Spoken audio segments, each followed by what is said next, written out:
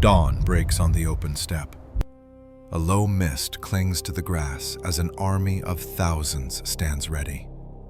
Hardened knights in heavy armor and proud infantry clutching spears await an enemy they scarcely understand.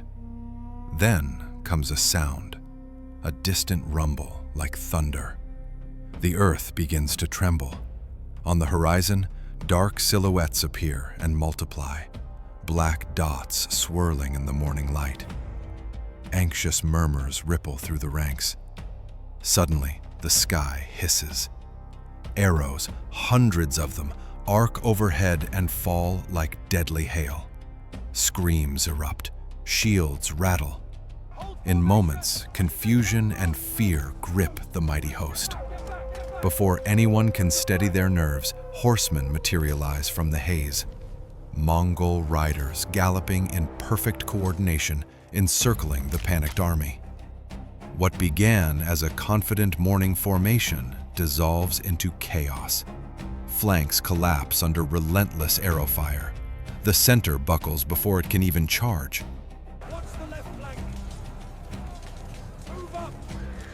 Within minutes, an entire army that once seemed invincible lies shattered, strewn across the plain. This is no ordinary battle. It's a masterclass in shock and speed, orchestrated by the Mongol Horsemen, the relentless warriors of the Great Khan.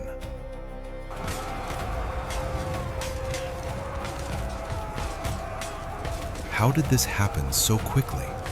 How could a relatively small force of nomadic riders repeatedly annihilate larger, well-armed armies in mere minutes?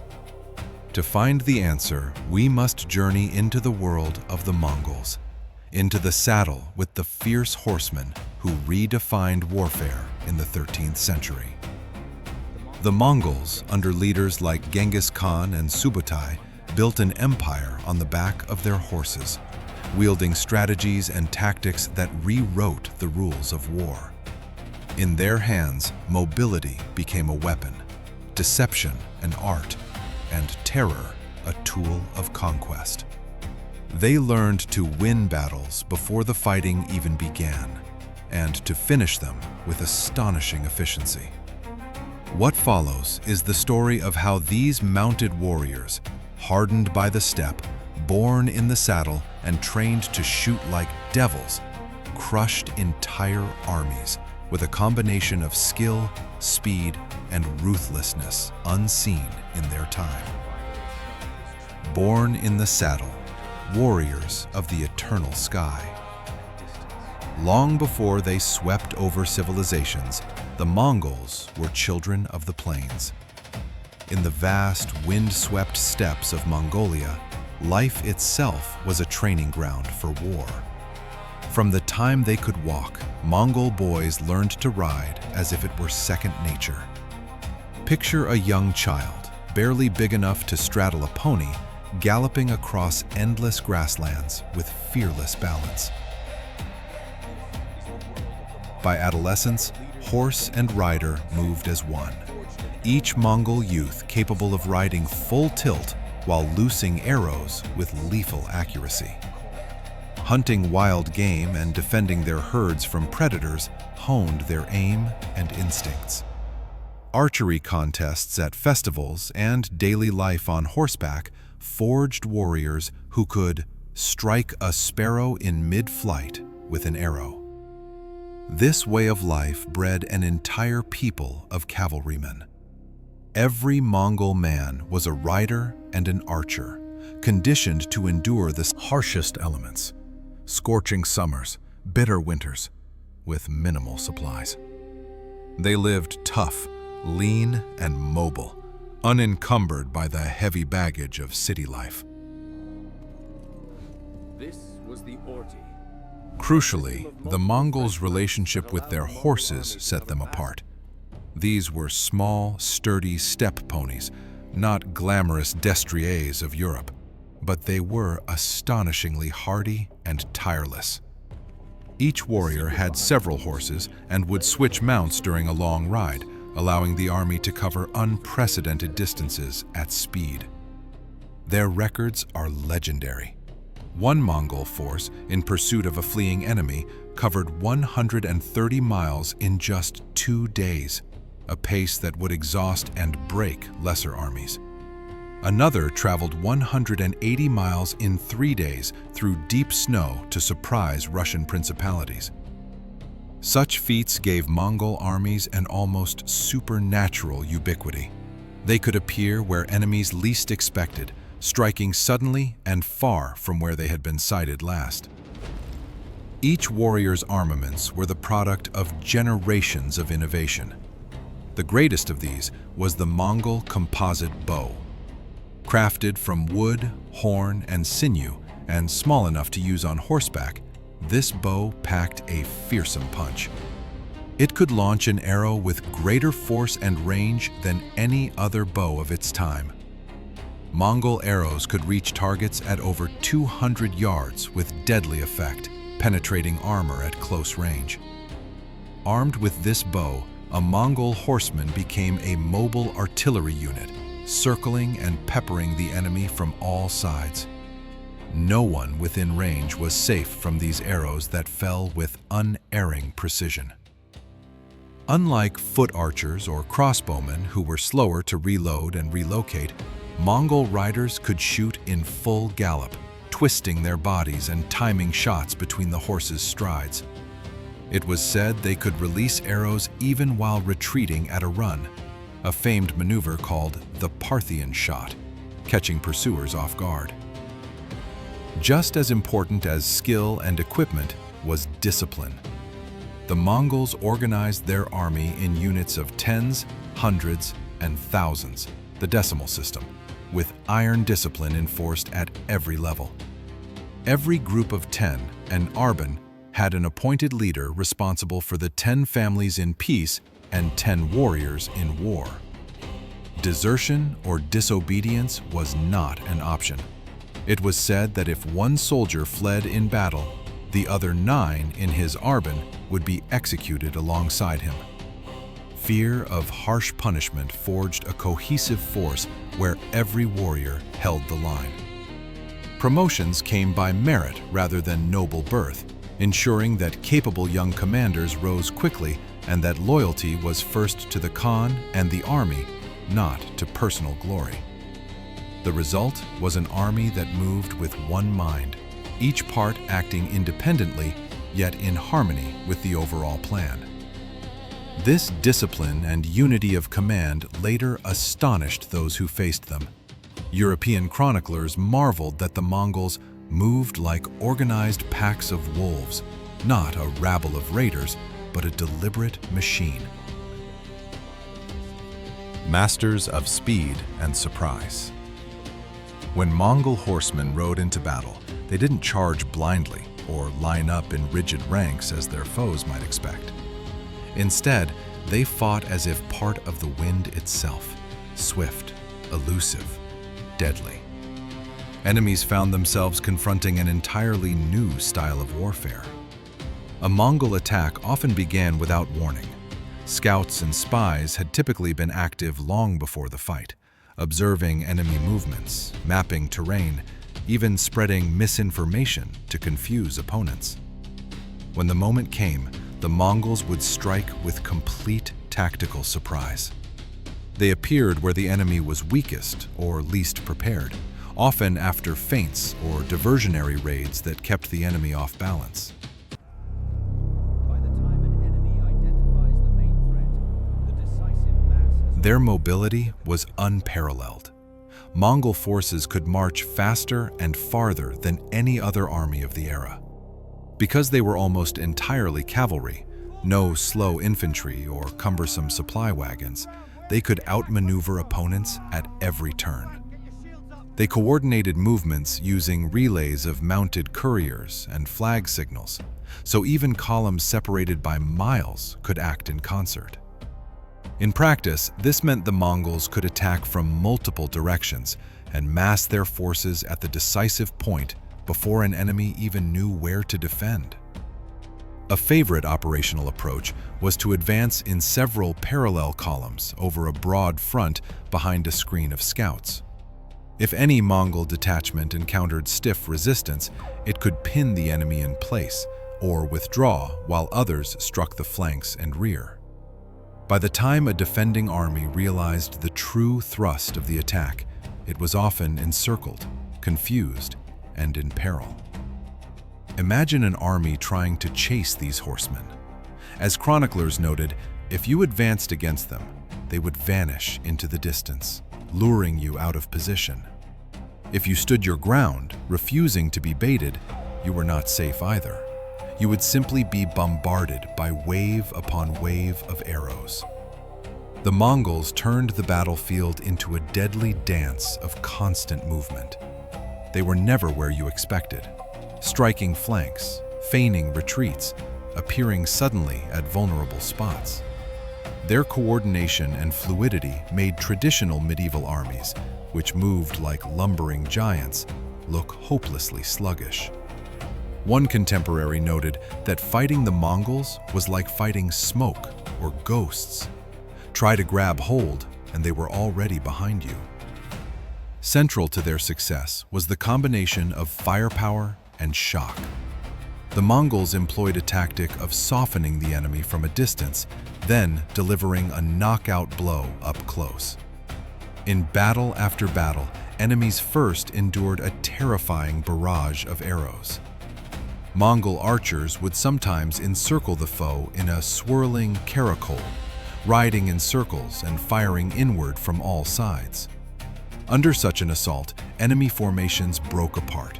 Soldiers instinctively huddled or scattered to avoid the lethal shafts.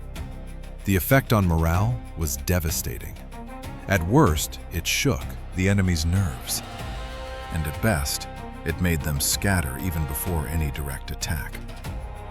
War stories abound of knights and footmen who had never faced horse archers, falling into panic when death came whistling from afar. Once the Mongol commander sensed the enemy was sufficiently disordered or demoralized, he would give a signal, a coordinated drumbeat or banner movement, and unleash the heavy cavalry. Then, like a thunderbolt, armored Mongol lancers charged into the fray. These were the hammer to the archer's anvil, the decisive blow that shattered what remained of resistance. Charging at full tilt, their lances couched and sabers drawn, the Mongol heavy cavalry could punch through weakened lines and ride down fleeing troops. The timing was crucial. They hit the enemy exactly when the arrows had done maximum chaos. In many cases, by the time the Mongols closed to melee range, the opposing army was already on the brink of collapse. Frightened horses bolting, wounded men limping away, captains unable to rally their panicked soldiers. At that point, a few moments of brutal close combat were enough to finish the job. Coordinated signals and discipline ensured the assault was synchronized. As one witness described, it was as if synchronized signals would start the heavy cavalry charge, catching the enemy at their moment of greatest weakness. What followed was often a massacre. The Mongols excelled at the pursuit, turning defeat of an enemy force into its total destruction. They did not allow a routed foe to safely retreat and regroup. Instead, they hunted them down relentlessly. Fast riders cut off escape routes, while main units pressed the fleeing troops from behind. At the Battle of the Kalka River, 1223, for instance, a Rus-Cuman army learned this to their doom. After being tricked into a premature attack, the allied forces of the Rus princes fell into disarray and attempted to flee. The Mongols swiftly encircled them, pursuing the broken army with merciless speed until virtually the entire force was annihilated. It's recorded that only 1 in 10 of the Rus warriors ever returned home after that calamity. Such outcomes became chillingly routine. A Mongol victory was typically complete, total, and undeniable. An enemy not just defeated, but often wiped out to the last man. Or so the terrified survivors would tell. In Genghis Khan's philosophy, triumph could not be partial. It was complete, total, or it was nothing. And indeed, on the battlefield, the Mongols strove for nothing less than utter destruction of their foes. Retreat itself has become the Tricks, feints, and traps, the art of deception. designed to draw the enemy deep. Raw speed and firepower alone do not explain how Mongol horsemen so often ended battles with lightning swiftness. Equally important was their genius for deception. The Mongols turned the act of retreating, normally a sign of defeat, into one of their deadliest tricks. Time and again, they employed the feigned retreat to lure enemies into fatal traps. The setup was devilishly effective. A contingent of Mongol riders would attack and then seemingly lose heart, turning their horses and fleeing from the field. To an enemy commander, this looked like a breakthrough. The mighty Mongols were on the run. Sensing victory, proud knights or infantry would often give chase, abandoning their careful formation in the excitement of pressing the advantage. But what you don't see can kill you. As the eager pursuers raced after the panicked Mongols, they failed to notice they were being led away from their position of strength. Drawn out far from their supply, their flanks exposed, perhaps into terrain the Mongols had chosen in advance. Then, at the Mongols' choosing, the trap sprang shut. The fleeing force would suddenly stop and wheel around, even as fresh Mongol units, hidden until now, burst forth onto the flanks of the overextended enemy. In an instant, the hunters became the hunted. Arrows rained down from multiple sides in a deadly crossfire. The troops who moments ago thought themselves victorious now found themselves surrounded and in chaos. Their momentum turned against them. At that moment, the Mongols they had been chasing also pivoted and charged back with ferocious speed. The result was disaster for the deceived army. Cut off, disorganized, and encircled, it could be slaughtered in minutes by the converging Mongol forces. Many a proud enemy host, from Chinese imperial armies to European crusaders, were utterly crushed by this ruse, their pride and fury expertly manipulated into folly. One historical example illustrates the effectiveness of this ploy. In 1241, at the Battle of Legnica in Poland, a European army of knights led by Duke Henry II advanced against a smaller Mongol detachment. The Mongols engaged lightly, then turned in feigned flight. The knights, heavy in armor and hungry for an easy kill, charged after them. Over miles, the Christians stretched out in pursuit. Suddenly, the Mongols reformed and counterattacked with a hail of arrows, while another Mongol unit emerged to flank them. It was a textbook feigned retreat trap. The knights, strung out and no longer in tight formation, were picked apart and decisively defeated. Chroniclers say the Mongols collected 9 sacks of ears from the fallen that day, a grisly count of the dead. While apocryphal, the tale underscores how complete the rout at Legnica was, achieved through cunning and timing.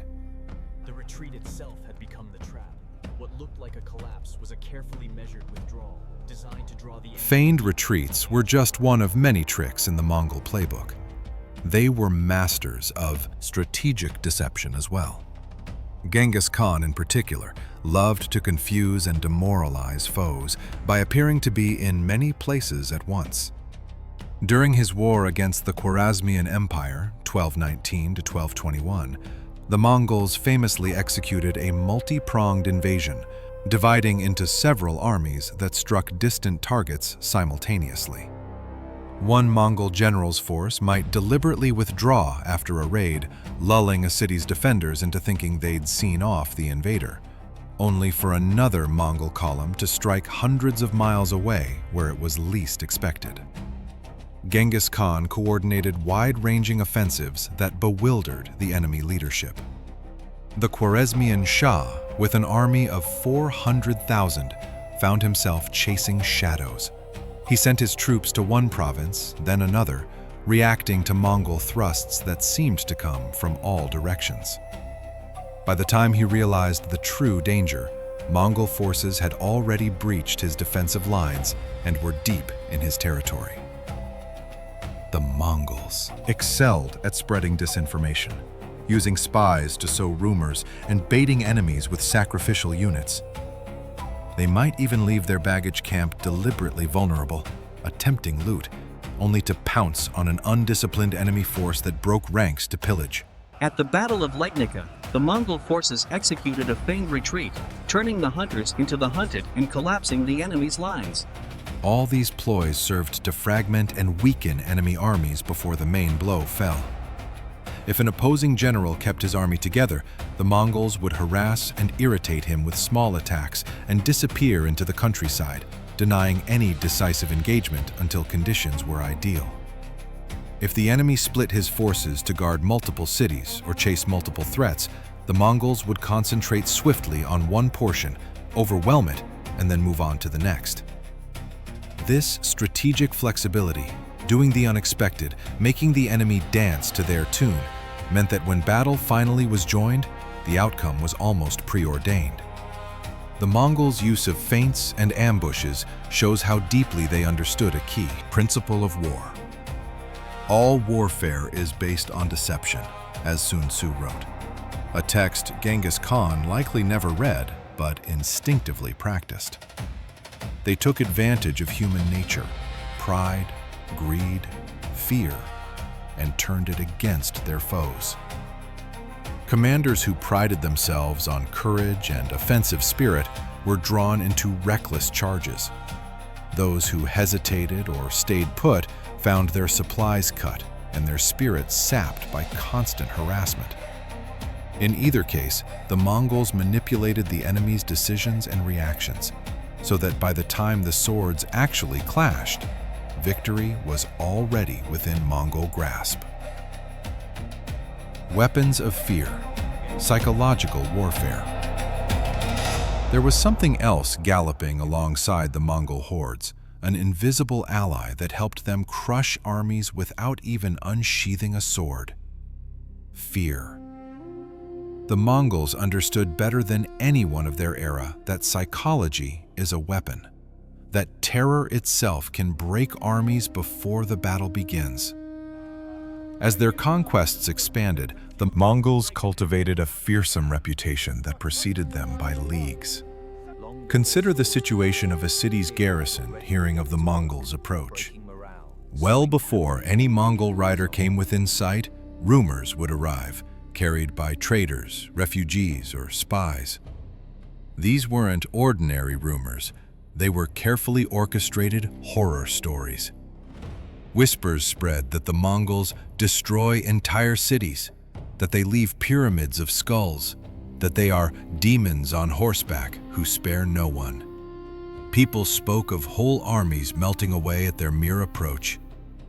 Exaggeration? Certainly, but that was the point.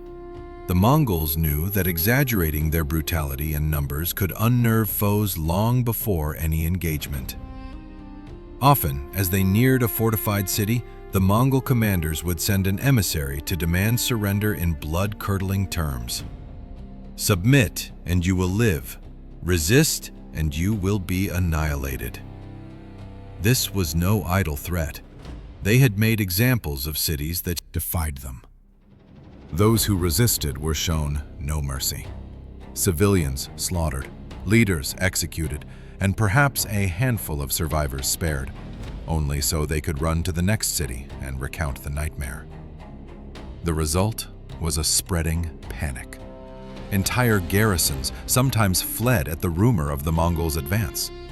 In one case, after the Mongols sacked the Khwarezmian city of Nishapur, news of the atrocity caused other towns to surrender without a fight.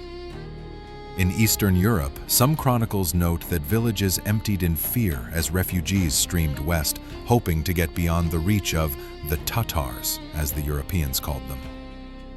This psychological warfare was a deliberate Mongol strategy.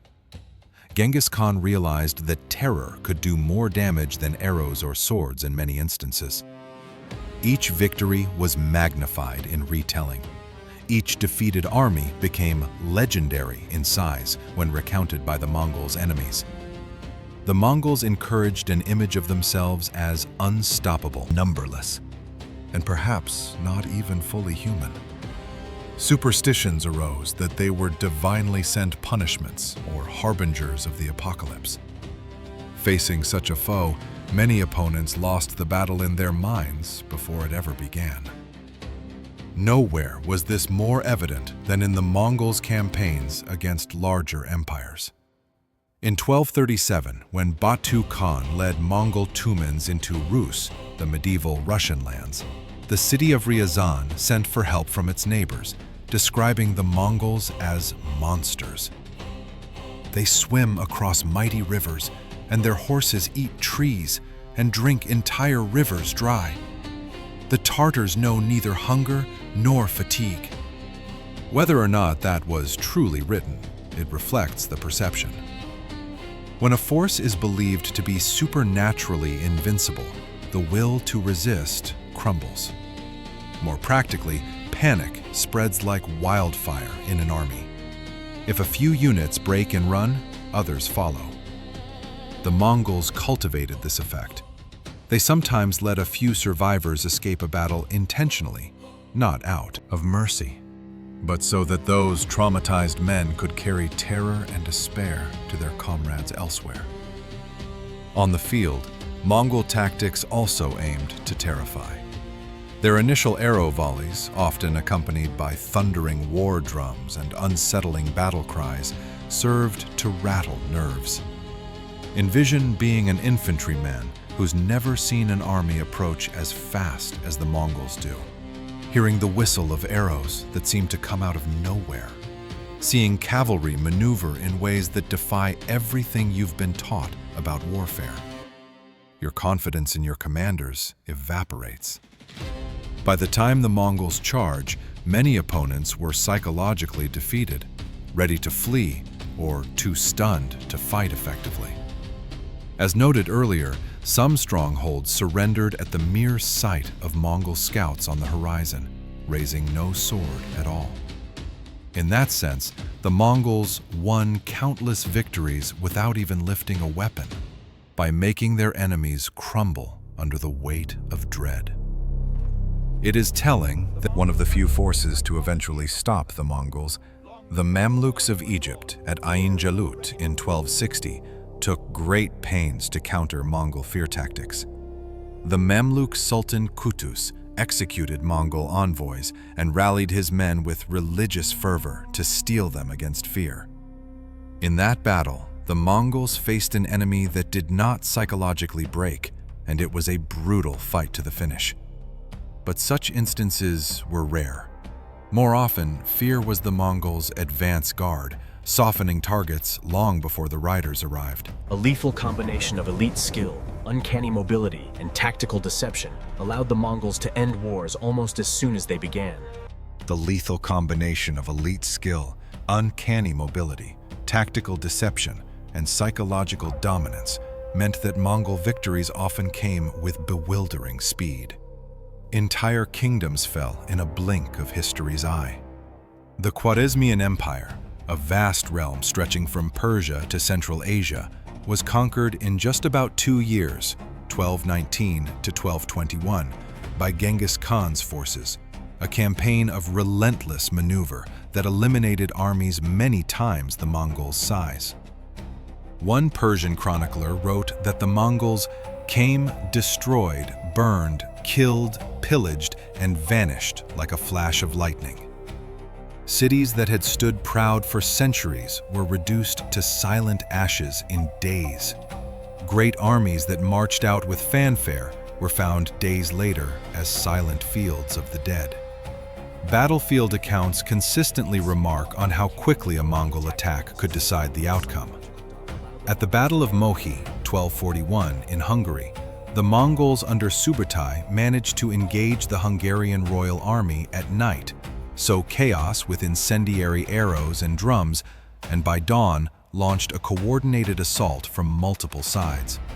The Hungarian forces, though large and well armed, collapsed in a matter of hours on the chaotic banks of the Sajo River. So sudden was the reversal that few understood what had happened. A survivor described it simply: "One moment we thought we had them on the run, the next we were surrounded and butchered."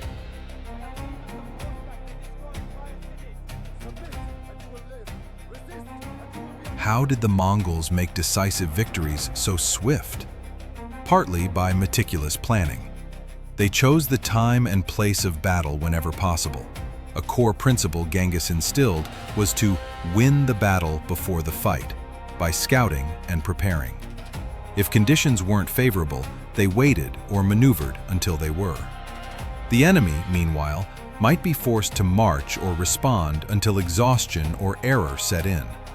When the strike came, it was overwhelming, hitting the foe at their weakest point with concentrated force. Through superior synchronization, Mongol attacks achieved what modern strategists call shock and awe. 1 second, the enemy felt in control. The next, their ranks were in shambles and all hope lost. By aggressively seizing the initiative in every engagement, the Mongols ensured that the decision point, the moment that decides the battle, came on their terms. And when that moment came, they had superiority of force at the decisive point, despite often being outnumbered overall. This is why, again and again, larger armies were beaten in minutes or hours by the faster Mongol Tumans. In essence, Mongol warfare was the medieval prototype of blitzkrieg, the lightning war. Just as Nazi German panzer divisions would shock foes in World War II by rapid, concentrated attacks, a fact often noted by historians, the Mongols had done the same centuries earlier. They used speed, cavalry, firepower, bows and siege engines, and coordination, signals and discipline to impose overwhelming force at unexpected points. Enemies Rarely had time to react, let alone execute their own battle plans. A battle with the Mongols did not play out as a prolonged contest of attrition or a back-and-forth struggle. It was more often a sudden collapse, like a dam breaking. It's important to note that the Mongols were not invincible. But for the first half of the 13th century, it certainly seemed that way. Their string of victories from the Pacific to the heart of Europe is unparalleled. When finally their momentum was checked by the Mamluks in the Middle East, by the jungles of Vietnam, by the death of the great Khan Ogedei, which halted the European invasion, it was never because some field army outmaneuvered them in a fair fight. It was other factors: climate, geography, political circumstance, or an enemy adapting Mongol tactics against them. If Genghis Khan had lived a few years longer, or if his successors had not fractured the empire, one shudders to imagine how much further that lightning war might have extended.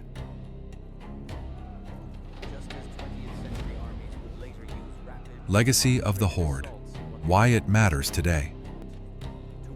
The tale of how Mongol horsemen crushed armies in minutes is more than just an astonishing chapter of medieval history.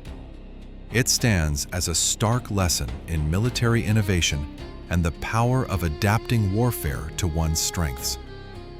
The Mongols took the humble assets they had, fast horses, tough warriors, keen minds, and used them to outwit the heavy knights and massive infantries of more advanced civilizations. They showed that discipline and strategy can outweigh sheer numbers or equipment. They proved that speed and agility could neutralize an enemy's strength. What good is a giant, heavily armored knight if he has no one to fight because the enemy won't stand still? And that morale and terror could sometimes win battles before a sword is swung. Modern military thinkers have often drawn parallels between Mongol tactics and later warfare. The idea of coordinated combined arms, archers plus lancers working in sync, and rapid maneuver to encircle and collapse an enemy line resembles the tactics of later masters like Napoleon. And indeed, As one historian noted, the strategical ability of Genghis Khan and Subutai is matched in history only by that of Napoleon. The Mongols were, in a sense, ahead of their time, practicing a form of mobile, psychological, and total warfare that the world would not see again until much later. Their campaigns underscore the importance of logistics and communication. They built a supply system with remount horses and relay stations that let them move faster than news of their coming. Their use of fear as a force multiplier foreshadows how propaganda and information play roles in conflicts even today. There is also a human lesson. The Mongol conquests were horrific in their human cost. Cities burned, populations displaced or annihilated. But amidst that darkness, there was a cold logic: complete the victory. It's a reminder of what can happen when Warfare is pursued with unflinching ruthlessness. Genghis Khan once reportedly said, "The greatest pleasure is to vanquish your enemies, to rob them of their wealth, to see those dear to them bathed in tears." That grim creed was carried out on countless battlefields. Yet, paradoxically, once the dust settled, the Mongols also built a realm of relative peace, the Pax Mongolica, where trade and cultural exchange flourished along the Silk Road. It's an irony of history that the same warriors who destroyed armies so swiftly also connected continents. As we reflect on how Mongol horsemen crushed entire armies with such ferocity and speed, we're left with both awe and caution. Awe at the incredible military machine they forged, an army that could ride 10,000 miles and still fight like a tempest, that could coordinate tens of thousands of riders with just signal flags and drums, and that could learn and adapt new techniques like siege warfare almost overnight. Caution because it shows how even the mightiest empires can fall rapidly if they cling to old ways in the face of a new kind of war. In their time, Mongol horsemen were the storm from the east that no wall or night could hold back. Today, their story endures, equal parts terrifying and fascinating. It challenges us to think about what innovation, discipline, and psychological savvy can achieve, even against overwhelming odds. The next time you hear the thunder of hooves, even if only in a film or your imagination, remember the Mongol warriors who rode with that thunder and became the storm. They remind us that in war, as in life, sometimes speed and cunning can topple the strong in the blink of an eye. If you enjoyed this deep dive into the Mongol conquests, be sure to hit the like button and subscribe for more epic history stories. What do you think was the most surprising tactic used by the Mongol horsemen? Did any particular battle or strategy stand out to you? Let us know in the comments. We'd love to hear your thoughts on how these legendary warriors changed the world. Thank you for watching, and until next time, remember, fortune favors the bold, and few were bolder than the Mongols on horseback.